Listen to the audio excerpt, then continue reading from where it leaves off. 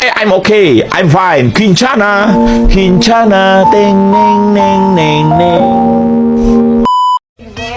Just a feeling that I want you behind because it's something that is so just in my mind. I guess it goes that.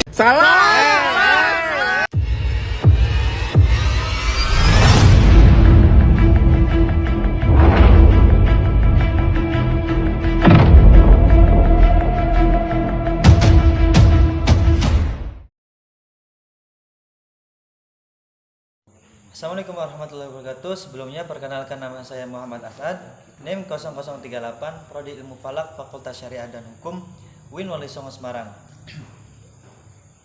Di sini saya akan sedikit berbicara tentang apa saja yang saya pahami dalam mata kuliah pengantar ilmu hukum di satu semester ini. Materi pertama yaitu tentang manusia, norma, dan hukum. Jadi di materi ini saya berkesimpulan bahwa makhluk sosial adalah makhluk yang tidak dapat hidup sendiri dan butuh bantuan orang lain untuk memenuhi semua kebutuhannya. Maka berkumpulnya beberapa manusia yang saling bantu-membantu dinamakan masyarakat. Jika sudah terdapat masyarakat, maka jelas dipastikan ada yang namanya hak dan kewajiban yang di dalamnya perlu diatur oleh hukum. Apa sih hukum? Hukum ada untuk menjamin keamanan dan ketertiban masyarakat. Dan dalam masyarakat juga ada yang namanya norma-norma. Nah, apa sih hubungannya antara norma dan hukum itu?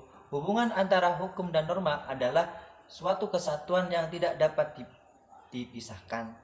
Selanjutnya di materi kedua yaitu tentang pengantar ilmu hukum.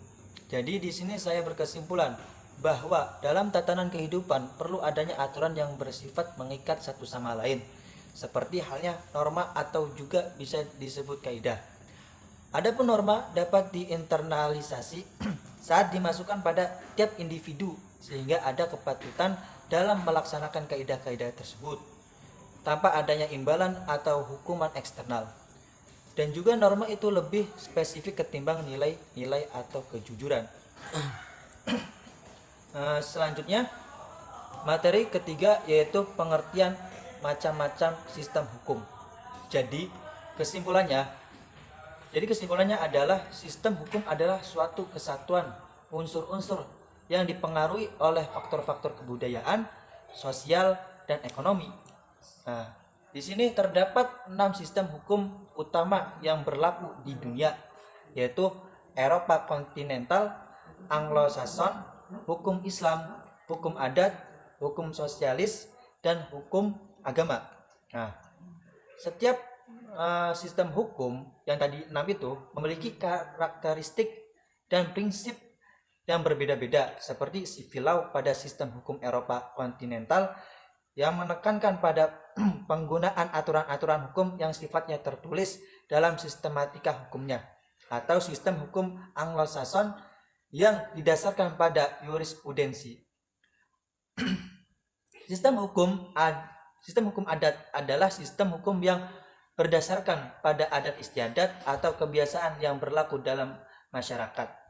Sistem hukum Islam adalah sistem hukum yang didasarkan pada ajaran Islam.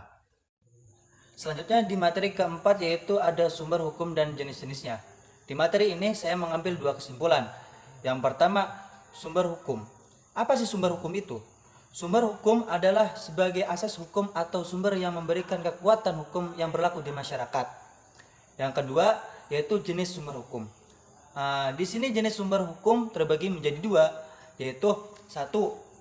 Sumber hukum material dan 2. Sumber hukum formil. Sumber hukum material ialah sumber hukum yang dilihat dari segi isinya. Misalnya KUHP, segi materialnya adalah pidana umum, kejahatan dan pelanggaran. Terus ada lagi sumber hukum formil. Hukum formil dapat dibedakan menjadi undang-undang, kebiasaan, traktat, jurisprudensi, dan doktrin. Nah, selanjutnya di materi kelima ada konsep-konsep hukum. Jadi dalam kehidupan sehari-hari kita membutuhkan hukum untuk untuk menjaga ketertiban dan keadilan dalam masyarakat. Dalam merumuskan kebijakan dan berbagai undang-undang, subjek, objek, hak, dan kewajiban hukum, menjadi dasar dalam pembentukan suatu sistem hukum yang efektif. Nah, habis itu selanjutnya di materi ke-6, sebenarnya di materi ke-6 ini adalah lanjutan materi yang kelima tadi, yaitu tentang konsep hukum dan asas hukum. Konsep-konsep hukum pada dasarnya adalah pengertian atau konsep lah dari istilah hukum-hukum yang terpenting. Tetapi ini bukanlah sekedar pengertian yang melalui kajian dan perdebatan yang panjang antara ahli hukum. Sehingga konsep hukum merupakan pengertian-pengertian yang bersifat khas untuk hukum. Apa sih fungsinya? Fungsi asas hukum dalam sistem hukum itu ada 3. 1. Menjaga ketaatan hukum dan konsistensi. 2. Menyelesaikan konflik yang terjadi di dalam sistem hukum. Dan 3. Sebagai rekayasa sosial baik dalam sistem hukum peraturan maupun dalam sistem hukum peradilan. Ya, mungkin segitu sedikit penjelasan dari saya. Ya, masih banyak kurangnya. Sebenarnya ya Ibu Rofiah banyak sampai 11 materi. Cuma saya tadi cuma sampai materi ke-6 doang. Gitulah. Pusing. Ya. Aduh. Ya, saya akhiri. Bila ada kata-kata yang salah atau penjelasan yang kurang tepat, karena itu emang pemahaman saya dari apa yang dosen Ibu Rofiah jelaskan pada saya enaknya kayak gitu. Cukup sekian dan terima kasih. Wassalamualaikum warahmatullahi wabarakatuh.